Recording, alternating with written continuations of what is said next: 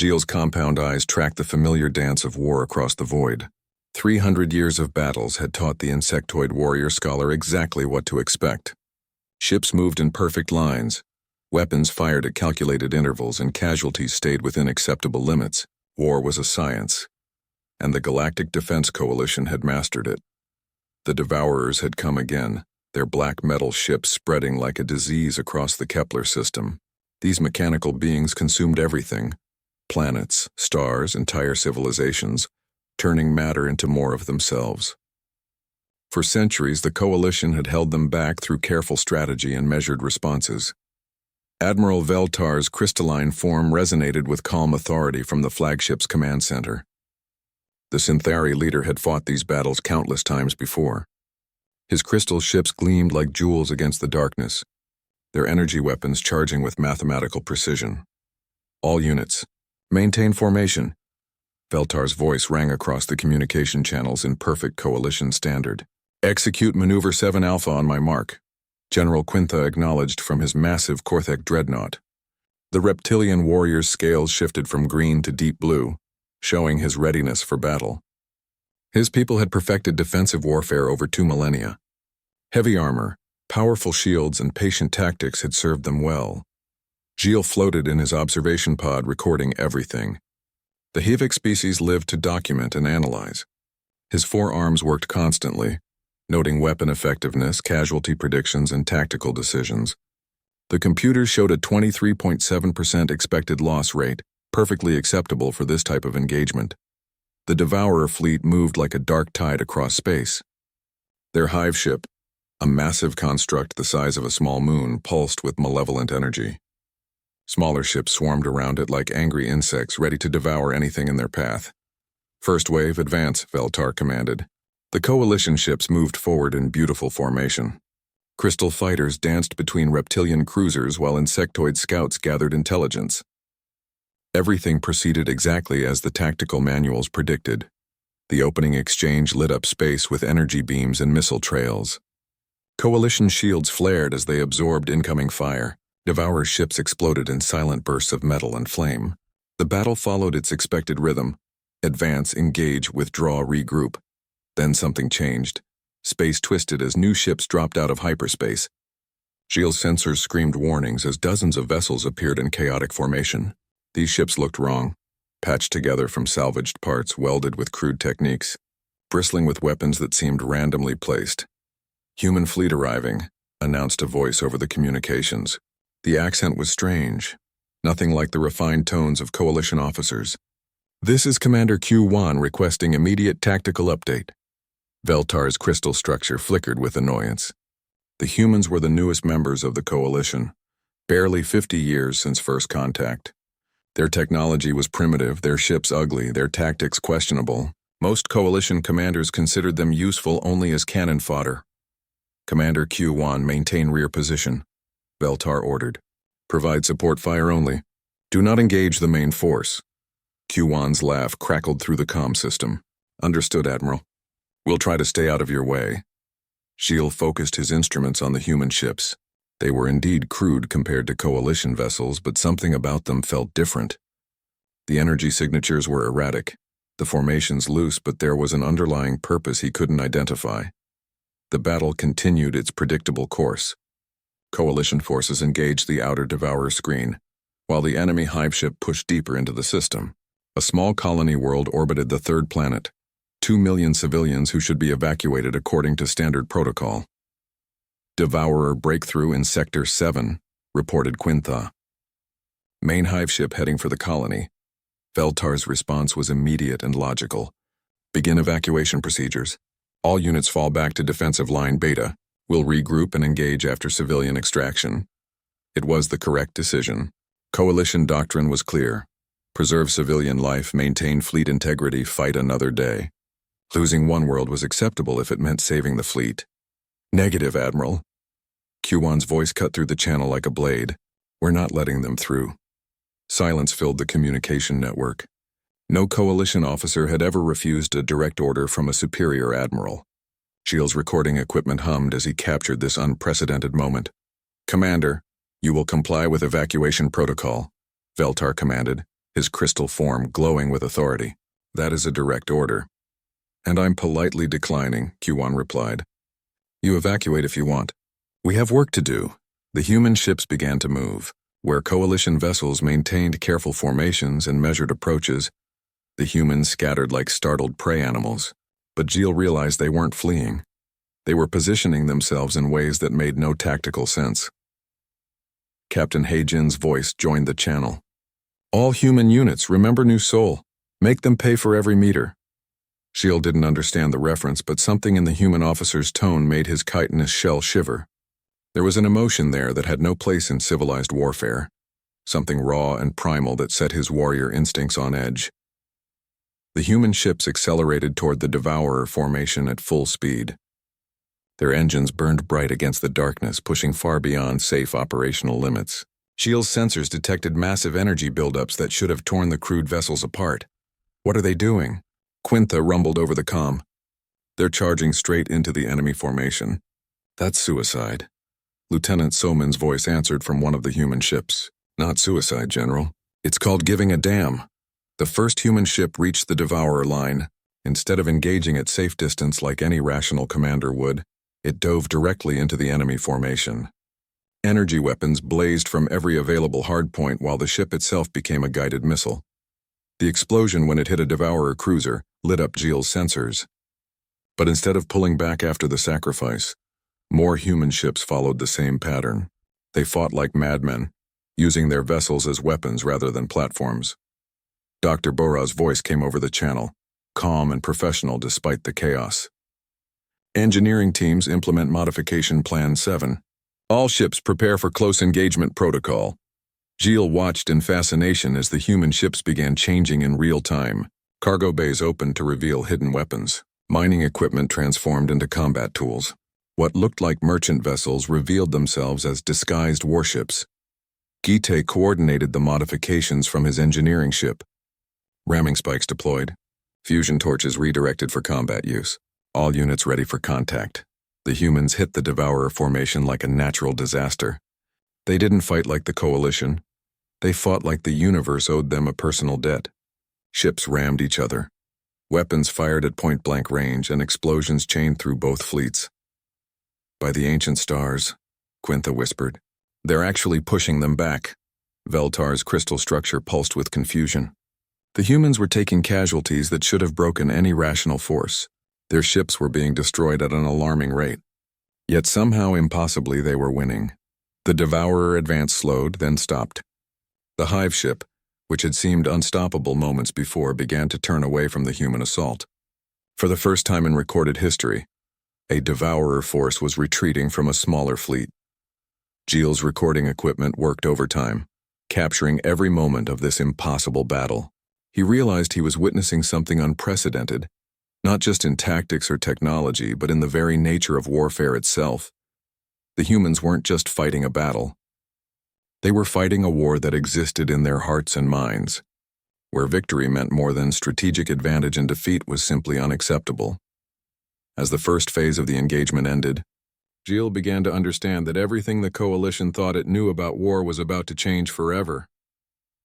The human assault continued with a violence that made Jill's compound eyes water. These weren't the careful, measured attacks he had documented for 3 centuries. The humans fought like wild animals, except animals had the sense to retreat when overwhelmed. Heijin's voice crackled over the communications as her assault craft dove between 2 Devourer destroyers. "Tiger Squadron, follow my lead. We're going through them, not around them." Her ship had been modified beyond recognition. What started as a simple patrol vessel now bristled with ramming spikes and jury-rigged weapons. The hull bore scorch marks from battles Jill couldn't identify, and strange symbols were painted along the sides. "Captain Heijin, your approach vector is tactically unsound," Quintha warned from his dreadnought. "You're outnumbered 15-1. "Then it's a fair fight," Heijin replied. Her ship accelerated directly into the Devourer formation, weapons blazing.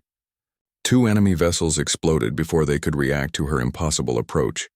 Jill tried to understand the tactical logic and failed completely. By every principle of warfare, the humans should have been annihilated within minutes. Their ships were smaller, their weapons weaker, their numbers insufficient. Yet Devourer vessels continued to die under their relentless assault. Dr. Bora's gentle voice coordinated the madness from her medical frigate. All units implement Viral Package 77 Alpha. Target their command nodes first. Gilles watched in amazement as the human ships launched something that wasn't quite weapons, wasn't quite missiles. The projectiles struck Devourer vessels and seemed to do nothing at first. Then entire sections of the enemy ships began to malfunction as their computer systems corrupted. What kind of weapon is that? Feltar demanded. Computer viruses, Bora explained calmly. We've been studying captured Devourer technology. They're machines, so they're vulnerable to digital attacks. The concept made Gilles' analytical mind spin. The Coalition had fought the Devourers for centuries without considering such an approach. They had focused on better shields, stronger weapons, and superior tactics. The humans simply asked a different question. What if we fight dirty? Guite's engineering teams worked miracles in real-time combat. Gilles watched a human cargo hauler transform into a guided missile as its crew removed everything non-essential and packed the remaining space with explosives. The ship's captain sang something in Korean as he aimed his vessel at a Devourer cruiser. The explosion, when they collided, lit up space like a newborn star. But instead of horror at the sacrifice, the other human crews cheered and immediately began copying the tactic. They're turning their own ships into weapons, Quintha observed, his scales shifting to colors that indicated deep confusion. This isn't warfare, it's organized suicide, Somin answered from the communications hub. No, General. This is what happens when humans get invested in the outcome. Gilles began to understand that the humans weren't following any recognizable doctrine. They were improvising, adapting, and evolving their tactics in real time. When conventional weapons failed, they used unconventional ones. When their ships were damaged, they turned the damage into advantages. A human destroyer lost its main engines to Devourer fire. Any Coalition vessel would have requested rescue and withdrawal. Instead, the crew manually guided their ship into the enemy formation and detonated their reactor core, taking out 3 Devourer vessels in the process. Why? Veltar asked, his crystal form resonating with genuine bewilderment. Why throw away lives so carelessly? Q-Wan's response came from his command ship as it exchanged fire with a Devourer battlecruiser at point-blank range. We're not throwing them away, Admiral. We're investing them. And we always get good returns on our investments. The human commander's ship was a flying wreck, held together by emergency welds and sheer determination. Half his weapons were destroyed, his shields were failing, and atmosphere leaked from multiple hull breaches. By any rational measure, he should have withdrawn. Instead, Q-Wan ordered his remaining crew to ram the enemy vessel. Sir, came a voice from his bridge. Ramming will destroy us completely. But not before we take them with us, Q-Wan replied. That's called a profit. The collision sent shockwaves through both fleets. When the explosions cleared, both ships were gone. But the psychological impact on the Devourers was immediate. Their formation began to waver as they encountered an enemy that valued victory more than survival. Gilles' recording equipment captured every moment, but his analytical mind struggled to process what he was seeing. The humans weren't just fighting. They were demonstrating that some things mattered more than living to fight another day. Heijin's voice came over the communications again, weaker now, but still determined. All units converge on the hive ship. Time to show them what Korean steel can do. Gilles looked up the reference and found it made no technical sense. Korean steel wasn't superior to Coalition alloys, and many human ships weren't even built on Korea. But somehow, the phrase seemed to give every human fighter new strength. The remaining human vessels, barely 30% of their original force, formed up for a final assault on the Devourer hive ship. Their formation was ragged, their ships damaged, their chances of survival essentially zero. They attacked anyway. Bora's medical frigate, armed only with defensive weapons, dove straight for the hive ship's command section. This is for New Seoul, she said quietly. And Gilles finally understood that this battle was personal in ways the Coalition had never experienced. The humans weren't fighting for territory, resources, or strategic advantage. They were fighting for revenge, for memory, for the idea that some things could not be forgiven or forgotten. It was warfare as emotional expression, and it was terrifyingly effective. Jite's engineering ship, loaded with every improvised explosive his team could build, accelerated toward the hive ship's power core. Tell my family I died fixing something important, he said, and rammed his vessel into the alien fortress. The explosion tore through the hive ship's superstructure. For the first time in recorded history, a Devourer hive ship screamed, a sound that carried across subspace and chilled every listener to their core. But the humans weren't finished. Somin's communications ship, damaged beyond repair, limped toward the wounded giant. Broadcasting surrender demand on all frequencies, she announced. Terms are unconditional. Gilles' translation program struggled with the concept. The humans, outnumbered and outgunned, were demanding the surrender of a vastly superior force. By any logical measure, it was absurd. The Devourers apparently agreed because they tried to finish off the communications vessel. But Heijin's assault craft, running on emergency power and held together by determination, intercepted the attack. Her ship exploded in a brilliant flash, buying Somin the seconds needed to complete her broadcast. The surrender demand went out across the galaxy in 17 languages, followed by a simple message. This is what happens when you hurt humans. Learn from it. The Devourer hive ship, its command structure compromised and its power core failing, began to retreat. For the first time in Coalition history, the mechanical monsters were running from a smaller force. Veltar watched the impossible victory with his crystal mind reeling. How, he asked. How did 30,000 humans defeat a force that should have destroyed them? Qiwan's voice came weakly from a life pod, his command ship long since destroyed. Because we remembered something you forgot, Admiral. Sometimes winning is more important than surviving. Shield continued recording, knowing he was documenting the moment when warfare changed forever. The humans had shown that superior technology and perfect tactics meant nothing against an enemy willing to pay any price for victory. As the Devourer fleet limped away from the system, Gilles realized the Coalition would never be the same. They had seen what humans could do when they stopped fighting rationally and started fighting with their hearts. And across the galaxy, other Devourer fleets were already calculating new threat assessments, adding a variable they had never considered before: the human capacity for absolute commitment. The Devourers learned fast. Gilles watched with growing dread as the enemy fleet adapted to human tactics in real time. The mechanical beings absorbed every lesson from the first assault, calculating counters for ramming attacks, predicting improvised weapons, and adjusting their formation to minimize human effectiveness. They're adapting too quickly, Quintha observed from his damaged dreadnought. The reptilian general's scales had shifted to the deep red of concern. The humans' advantage is disappearing.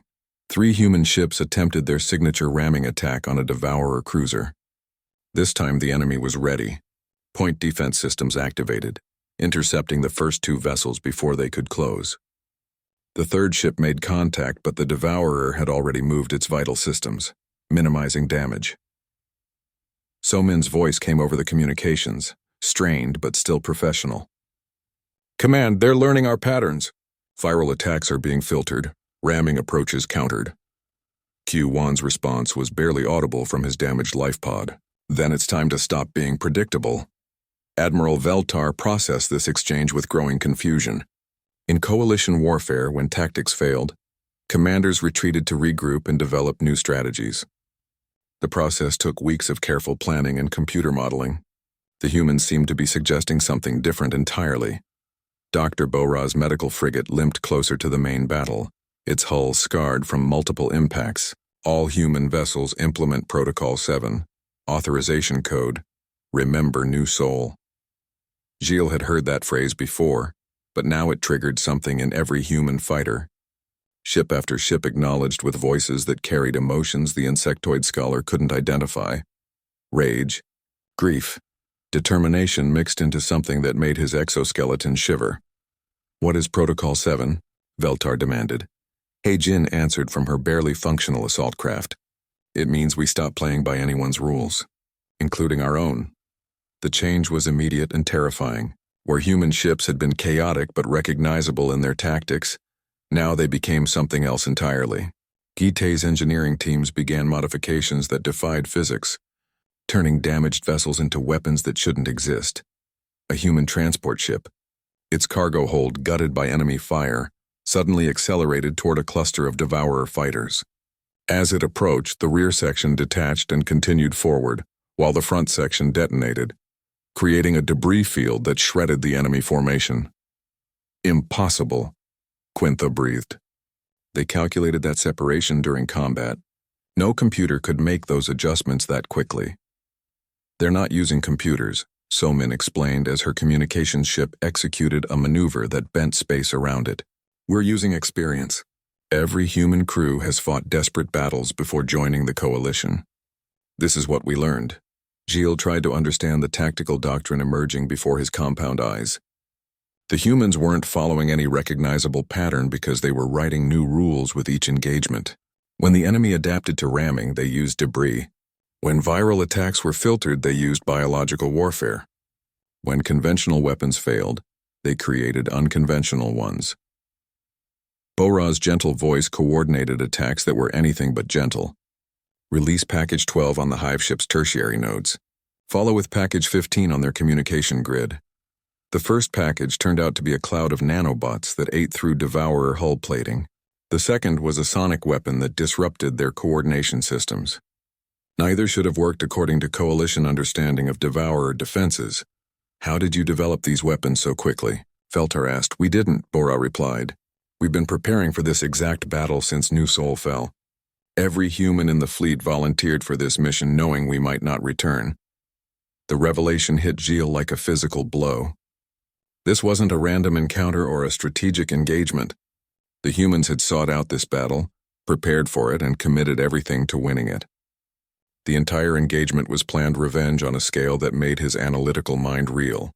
Q-Wan's voice, stronger now as his pod was recovered by a friendly ship, cut through the communications. All units, final phase. Show them what humans do to things that hurt our families.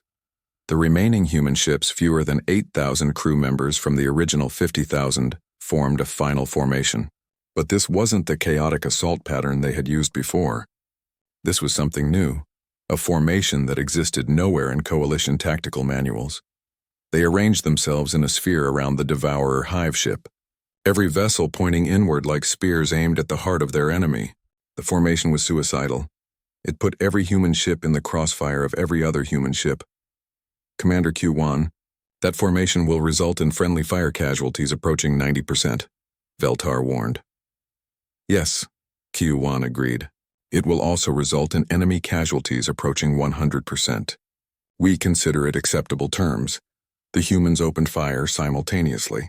Energy beams, missiles, and improvised weapons converged on the hive ship from every direction. But they didn't stop there. As their weapons depleted, they began using their ships themselves as ammunition.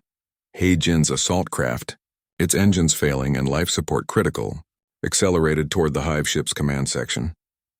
This is for Captain Minho and the 3rd Defense Fleet, she said, and Gilles realized she was naming human casualties from previous battles. Her ship struck the alien fortress like a guided meteor. The explosion created a breach that 3 more human vessels immediately exploited, diving through the gap to attack internal systems. Jaite coordinated the engineering assault from inside the enemy vessel. Fusion charges placed on primary support structures. All personnel 30 seconds to minimum safe distance. The human engineers didn't retreat. They stayed with their explosives to ensure proper detonation, singing what Gilles' translators identified as an ancient Korean battle hymn. The explosion that followed tore through the hive ship's superstructure like a chain reaction. So-Min's communications ship broadcast on all frequencies as it prepared to ram the enemy's communication array. This is Terra calling all Devourers. You wanted to consume our worlds? Try consuming this. Her sacrifice knocked out the hive ship's coordination systems, leaving it blind and helpless as the remaining human vessels pressed their attack. Each ship that died took critical enemy systems with it, methodically dismantling the technological fortress from the inside out. Bora's medical frigate was the last human vessel still capable of movement. The gentle doctor who had spent her career healing others now guided her ship toward the hive ship's power core. For New Sol, for the 12 million, for every human child you murdered. Her ship's impact triggered a cascade failure that spread throughout the Devourer vessel. The hive ship, a construct that had devoured entire star systems, began to tear itself apart from within as it died. The alien fortress broadcast a signal that reached across the galaxy, a warning to other Devourer fleets about the humans' capacity for absolute warfare. The message was simple. These beings fight beyond reason, beyond survival instinct, beyond any calculable parameter. The surviving human crew members, fewer than 800 from the original 50,000, watched from their life pods as the enemy hive ship collapsed into debris. By any coalition standard, they had suffered catastrophic losses. By human standards, they had achieved perfect victory. Gilles' recording equipment captured every moment, but his mind struggled to process the implications. The humans hadn't just won a battle, they had demonstrated a form of warfare that transcended tactical doctrine and entered the realm of pure will. Veltar's crystalline form flickered with colors indicating deep confusion and growing respect. How do you calculate victory when survival is not a variable? Q1, being transferred to a coalition medical ship, smiled weakly. Simple, Admiral. You decide what's more important than living, and then you fight for it like the universe depends on your decision. As the debris field that had been a devourer hive ship spread across the void, Gilles realized he had witnessed the birth of a new form of warfare. The humans had shown that superior technology meant nothing against an enemy willing to transform themselves into weapons for the right cause. And across the galaxy, Devourer command systems were already updating their tactical databases with a new classification. Human combat units, threat level, absolute. 3 days after the battle, Gilles floated in his observation chamber, watching the aftermath with compound eyes that had seen too much. Rescue ships moved through the debris field, collecting life pods and salvaging what remained of both fleets. The space where a devourer hive ship had once threatened entire worlds now held only twisted metal and cooling plasma. Admiral Veltar's crystal form had dimmed to barely visible levels as he processed reports from across Coalition space. The news of the human victory, if it could be called that, was spreading faster than official communications. Every species in the galaxy was trying to understand what they had witnessed. Casualty report. Veltar requested from the medical vessels. Dr. Sung-hee, the replacement medical officer who had arrived with the rescue fleet, delivered the numbers in a clinical voice. Human losses, 42,000 personnel. Coalition allies, 312 personnel. Enemy losses, complete destruction of one hive ship and supporting fleet. The statistics hit Gilles like a physical blow. The humans had lost over 80% of their force, yet they considered it a successful operation. By Coalition standards, it was a disaster that would require decades to recover from. By human standards, it was apparently business as usual. General Quintha contacted the flagship from his damaged dreadnought. The reptilian commander's scales had shifted to colors Gilles had never seen before. Deep purples and silvers that indicated profound confusion mixed with reluctant admiration. Admiral, I need to understand something, Quintha said. How do humans calculate acceptable losses? Every tactical model I run shows this operation should never have been attempted. The answer came from an unexpected source. Commander Q1, recovering in the medical bay, had requested permission to address the question directly. His voice was weak, but his words carried absolute certainty. General, you're asking the wrong question. We don't calculate acceptable losses. We calculate necessary victories. The math is different when you're fighting for something that can't be replaced. Veltar's crystal structure resonated with confusion. Explain. Somin, one of the few surviving human officers, answered from her recovery bed. New Soul, Admiral. 12 million civilians. Men, women, children, families. They were devoured by a devourer hive ship exactly like the one we just destroyed.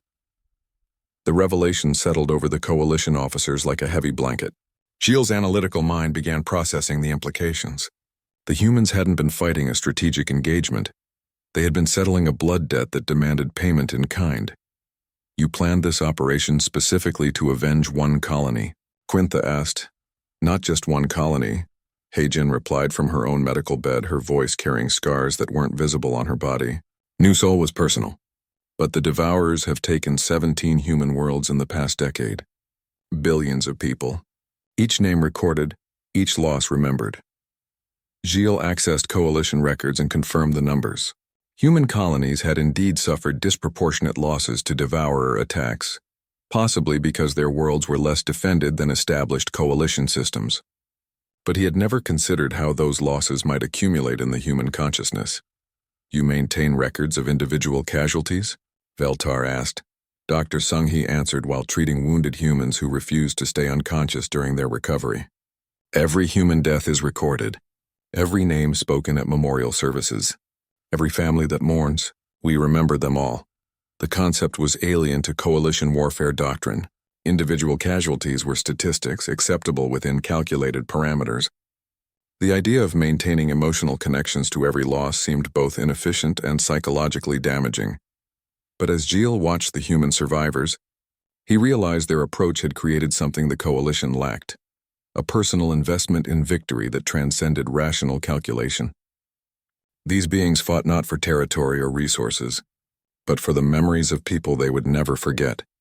Gitai, his engineering expertise now legendary among coalition crews, explained while directing salvage operations from his hospital bed. When Minho died at New Seoul, he left behind a wife and 2 children. When the 3rd Defense Fleet was destroyed, they had families waiting for them. When humans die, they leave holes in other humans' lives. But that emotional burden should be paralyzing, Veltar observed. How do you function while carrying such weight? Q-Wan smiled weakly from his recovery pod. We don't carry it, Admiral, we use it. Every name we remember gives us strength. Every loss becomes fuel for the next battle. Grief becomes rage, and rage becomes victory. Gilles began to understand the psychological architecture that made human warfare so terrifying. They had weaponized their emotional connections, turning love into fury and memory into tactical advantage. It was simultaneously beautiful and horrifying. Bora, who had survived her ship's destruction through what could only be called a miracle, spoke quietly about the nature of human commitment. In coalition warfare, you fight to minimize losses and achieve objectives. In human warfare, you fight because not fighting means letting evil win. The philosophical implications made Gilles' compound eyes ache. The humans had transformed warfare from a strategic tool into a moral crusade, where victory wasn't just preferred, it was morally mandatory. Over the following weeks, as news of the battle spread throughout coalition space, something unprecedented began to happen. Other species started requesting assignment to human-led operations. Young coalition officers applied for training exchanges with human fleets. Military academies across the galaxy began studying human tactical innovations. Captain Vorthak, a Korthak destroyer commander, summed up the shift in military thinking. I've spent 2 centuries learning to fight efficiently. After watching the humans at Kepler, I want to learn to fight like I mean it. The change went beyond tactics. Coalition engineers began studying human modifications, trying to understand how crude human technology could be so effective. Scientists analyzed human decision-making processes, attempting to quantify the role of emotion in tactical success. But the most significant change was psychological. Coalition commanders who had witnessed human fury firsthand began to understand that their enemy wasn't just another species, they were fighting beings who had turned warfare into personal expression. Gilles compiled his final report on the engagement, knowing it would reshape military doctrine across the galaxy. His conclusions were simple but revolutionary. Humans had demonstrated that superior technology meant nothing against superior motivation. The question, Gilles wrote, is not whether we can replicate human tactics. The question is whether we can replicate human commitment to causes beyond our own survival. 3 months later, when Devourer scouts approached the Proxima system, they encountered something new. Coalition ships still maintained their elegant formations and precise tactics, but now they fought with an intensity that hadn't existed before. Korthak dreadnoughts rammed enemy vessels. Syntheri crystal ships modified themselves into guided missiles. Hivek swarm fighters sang human battle hymns as they attacked. The Devourers, faced with an entire coalition that fought like humans, calculated their odds and made their first strategic retreat in 4 centuries. Admiral Veltar, now commanding a mixed-species fleet that included human advisors, sent a message to Devourer command nodes throughout the galaxy. You taught us to fight tactically. The humans taught us to fight personally. Choose your battles accordingly. As Gilles watched the enemy fleet withdraw from yet another system, he realized the humans had accomplished something beyond victory in a single battle. They had taught the galaxy that some things were worth dying for, and in doing so they had made their enemies afraid to live. The age of calculated warfare was ending. The age of personal investment had begun. 6 months after the Battle of Kepler, Gilles found himself aboard a very different kind of warship. The coalition vessel Unity's Edge was a hybrid design that would have been impossible before humans joined the fleet. Korthak armor plating wrapped around a Syntheri energy core, while high-vec sensor arrays coordinated weapons that had been designed by human engineers working with alien technology. But the most significant change wasn't technological. It was philosophical. Commander Gite, promoted after his heroics at Kepler, stood on the bridge alongside officers from 4 different species. The human engineer had spent months teaching coalition crews not just how to modify their ships, but how to think differently about warfare itself. Devourer fleet detected in the Arcturus system, reported Lieutenant Zalthek, a young Korthak officer, whose scales bore the deep blue patterns that indicated he had requested assignment to a human-led vessel. Composition: 1 hive ship, 12 cruisers, 43 support vessels. The numbers would have once indicated a retreat order. Devourer fleets of that size could consume entire systems before coalition forces could properly respond. But Gilles noticed something different in the bridge crew's reaction. They weren't calculating acceptable losses or evacuation procedures. They were preparing to fight. Target analysis, Gite requested. Dr. Sora, the human xenobiologist who had replaced Bora after Kepler, provided tactical details with the same calm professionalism her predecessor had shown. Intelligence indicates this is the same hive ship that destroyed the mining colony at Ross 128. Estimated civilian casualties from that attack 1.2 million. Gilles watched the bridge crew process this information. Where coalition officers would have noted it as background data, these beings absorbed it as personal motivation. The human influence had created something new. Warriors who fought for the dead as much as the living. Admiral Veltar's voice came over the communications from the fleet flagship. The Syntheri commander's crystal structure now bore modifications that human engineers had suggested. Internal resonance chambers that amplified his natural energy projection abilities. All units, prepare for engagement, Veltar announced. Standard coalition doctrine is suspended. We are implementing Human Protocol 7. The phrase that had once been uniquely human was now part of coalition tactical language. It meant fighting not just to win, but to ensure the enemy understood the consequences of their actions. It meant personal investment in the outcome. Captain Quintha's voice joined the channel from his redesigned dreadnought. The veteran Korthak officer had spent months training with human crews, learning tactics that his people's careful military tradition had never considered. All vessels, remember Ross 128, he announced, make them pay for every life. The fleet that moved to engage the Devourers bore little resemblance to the careful formations Gilles had documented for centuries. Ships moved with controlled aggression, their crews singing battle hymns in languages from across the galaxy. Human tactical innovations had been integrated with alien technology to create something unprecedented, a coalition that fought like family. The engagement began differently than any battle in coalition history. Instead of careful probing attacks and measured responses, the fleet opened with a coordinated assault that demonstrated perfect unity of purpose. Syntheri crystal ships that had been modified with ramming spikes led the charge, while Korthak dreadnoughts provided covering fire with weapons that human engineers had jury-rigged for maximum destructive potential. Gilles' sensors detected impossible energy readings as ships pushed their systems beyond safe operational limits. But where such tactics had once been uniquely human, now they represented a galaxy-wide commitment to victory over survival. First wave successful, reported Ensign Hyojin from her fighter squadron. The young human pilot coordinated a mixed formation of coalition fighters that moved with the chaotic precision that had become the new standard. Enemy outer screen compromised. Moving to secondary targets, the Devourer response was immediate and familiar. Adaptive tactics, overwhelming firepower, and the assumption that rational beings would retreat when faced with superior numbers. But the coalition fleet that engaged them was no longer entirely rational. Jite's voice cut through the battle communications as he coordinated real-time modifications to the entire fleet.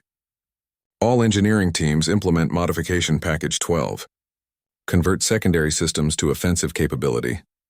Gilles watched in amazement as cargo bays transformed into missile launchers, medical bays became fabrication centers for improvised weapons, and life support systems were jury-rigged to create toxic atmospheres that could be weaponized against boarding parties.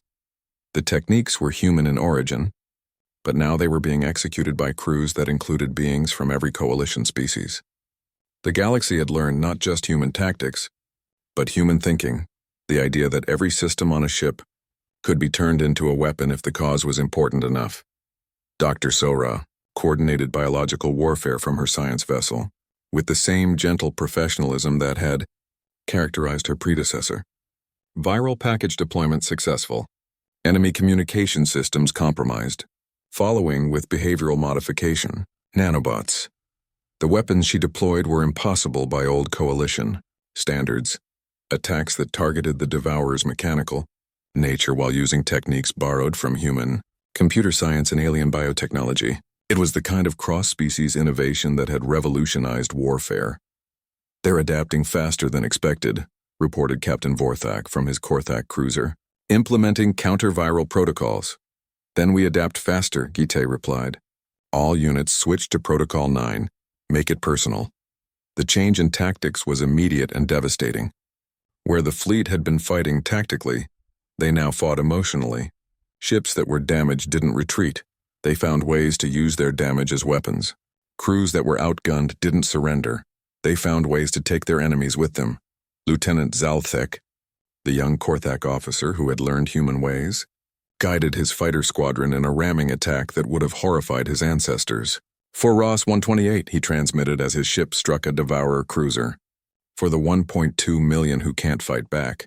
The explosion took out 3 enemy vessels, but more importantly, it demonstrated that human fury had become universal fury. The galaxy had learned to fight for the dead, and the Devourers were facing an enemy that would not accept defeat. Admiral Veltar's flagship engaged the Devourer hive ship directly, its crystal hull blazing with energy that pushed Syntheri technology beyond theoretical limits. "This is for every world you consumed," the alien commander announced. "This is what happens when you hurt our families." The concept of family had expanded beyond species, beyond individual worlds, beyond anything the galaxy had known before. The Coalition had become something new, a civilization that treated attacks on any member as attacks on all members, and responded accordingly. Gilles watched the final phase of the battle with compound eyes that had seen the transformation of galactic warfare. The Devourer hive ship, faced with an enemy that fought beyond rational parameters, began to retreat for only the second time in recorded history. But the Coalition fleet didn't let it escape. They pursued with the relentless determination that humans had taught them.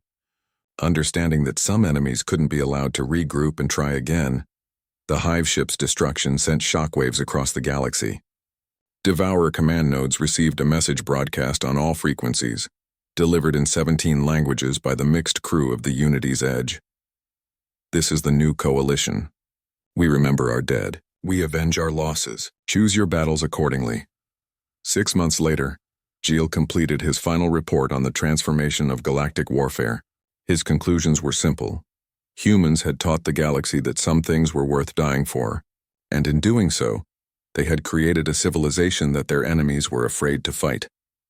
The Devourers, faced with an entire galaxy that fought like humans, began their first strategic withdrawal in over 4 centuries. Systems that had been under threat for decades were suddenly secure, not because the Coalition had better weapons or ships, but because they had learned to fight with human hearts. As Gilles transmitted his report across Coalition space, he included a final observation. "The question is no longer whether we can defeat our enemies through superior technology or tactics. The question is whether our enemies can survive fighting beings who have made victory a personal responsibility." The age of calculated warfare was over. The age of fighting like family had begun, and across the galaxy, every species that had once threatened Coalition worlds was learning what humans had taught their allies. When you hurt one of us, you fight all of us. The universe had become a much more dangerous place for those who chose to be its enemies.